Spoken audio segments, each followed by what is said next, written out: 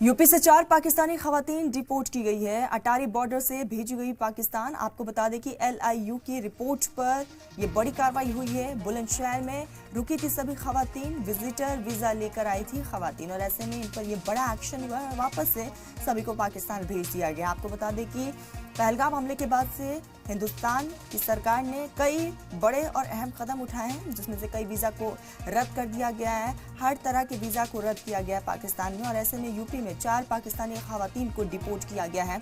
अटारी border से भेजी गई है ये पाकिस्तानी खवातीन।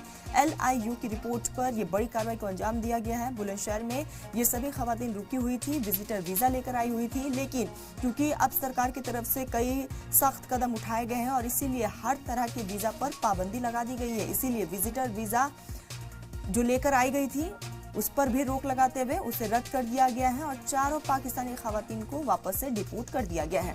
तो अटारी बॉर्डर से ये पाकिस्तानी खवातीन वापस से पाकिस्तान भेज दी गई है। बुलंदशहर में रुकी थी ये सभी खवातीन।